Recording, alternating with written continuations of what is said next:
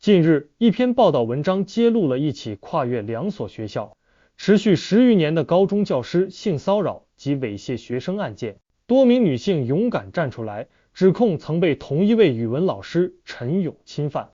这篇报道不仅详细披露受害者的遭遇和他们艰难的维权之路，也折射出校园性骚扰的隐蔽性、受害者维权的困境以及社会支持的重要性。故事始于2023年10月。当时19岁的 UK 在一项性骚扰调研中记录了自己18岁时被高中语文老师陈勇性骚扰的经历。这份原本只想作为个人记录的文字，意外地在网络上传播开来。尽管当时引起了一阵风波，但很快归于平静。UK 也独自承受着痛苦和不被理解的压力。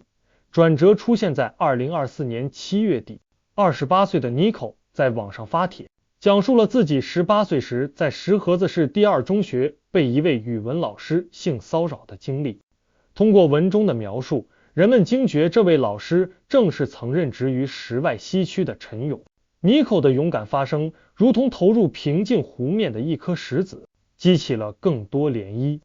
在这之后，近10名曾遭受陈勇性骚扰或猥亵的女性陆续选择站出来，加入了指控的行列。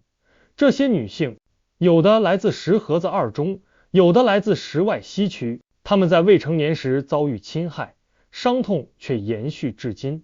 在事件公开前，她们各自消化着痛苦，并不知道还有其他人在相似的年纪遭受着同样的伤害。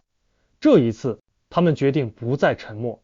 文章详细记述了 Yuki 和秦风的经历，邀开描述了陈勇在饭桌上对其进行的肢体侵犯，以及事后他试图质问陈勇得到的模糊回应。尽管陈勇在许多学生和同事眼中是位受人喜爱的才子老师，但这层美好的滤镜在性骚扰发生后，在 Yuki 心中彻底破碎。他曾试图逃避，假装一切没有发生，但内心的创伤难以平复。在事件发酵初期， Yuki 感到孤立无援，甚至遭受了一些同学的质疑。秦风则讲述了陈勇如何通过微信进行言语骚扰、索要自拍，并在学校对其实施偷拍和近距离的身体接触。秦风在知道 Yuki 的遭遇后，更加确信自己正在遭受性骚扰，但同样因为害怕报复而选择忍耐。Nico 的发帖打破了这种孤立，受害者们通过网络联系到彼此，分享经历，互相支撑。Yuki 主动联系 Nico 提供帮助。当公安机关介入调查时， Yuki 和 Nico 成为了关键的协调人。他们收集其他受害者的证据和自述，协助警方进行笔录。这是一个艰难的过程，许多受害者心存顾虑，担心个人信息暴露，害怕面对法律程序带来的不确定性和压力。尽管如此，最终仍有9名当事人愿意提供材料，组建了正义取胜的小群。维权之路充满坎坷。Yuki 曾2次试图通过学校或相关部门寻求公正，但都未能获得实质性结果。学校的处理方式包括在学生面前为陈勇澄清，让受害者感到失望和愤怒。直到这次多名受害者共同站出来，并获得警方的强制介入调查，案件才有了实质性进展。然而法律程序的推进并非一帆风顺。文章提到，尽管警方对陈勇进行了调查，但涉及 Yuki 的部分因违法行为已过追究时效而终止调查，涉及秦风的部分则因现有证据不足以认定违法事实的成立而不予行政处罚。这些结果无疑给受害者们带来了又一次打击，尤其是警方对秦风那句被迫回应的想你了才子的引用，让受害者及其律师感到不解和愤慨，认为这忽略了权力不对等下受害者的真实处境。尽管面临重重困难，受害者们的坚持并非没有回馈。至少陈勇的教师资格证被吊销，这意味着他无法再以教师身份接触更多学生。更重要的是，这场维权过程让这些原本孤立无援的女孩们找到了彼此，形成了一个相互支持的网络。她们在共同面对中变得更加勇敢和坚定。Yuki 和秦风都感受到了自身的成长，从最初的害怕、颤抖，倒能够主动协助他人，坚定表达自己的立场。这篇文章深刻地揭示了校园性骚扰的复杂性和受害者维权的艰辛。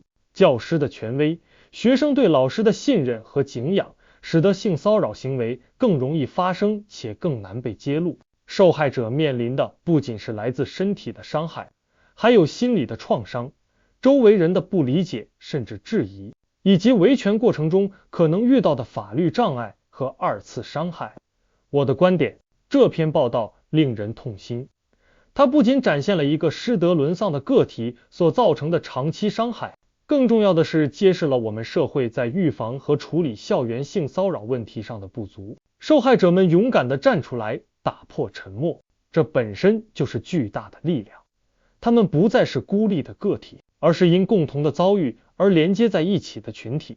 他们的相互支持是维权路上最宝贵的力量来源。然而，法律程序的结果也引人深思。追溯时效和证据认定的困难，可能会让性骚扰这类隐蔽性强的案件难以获得法律的公正裁决。这提示我们，在完善法律法规的同时，更应加强对校园性骚扰的预防机制，建立更畅通、更安全、更有效的举报和调查通道，并为受害者提供全面的心理和法律援助。学校作为教育机构，更应承担其主要责任，建立严格的师德师风监督机制，并在接到举报后进行独立、公正、透明的调查，而不是试图掩盖或推诿。同时，社会舆论对于性骚扰案件的反应也至关重要。对受害者的质疑和指责，无疑会增加他们维权的阻力，甚至导致他们再次受到伤害。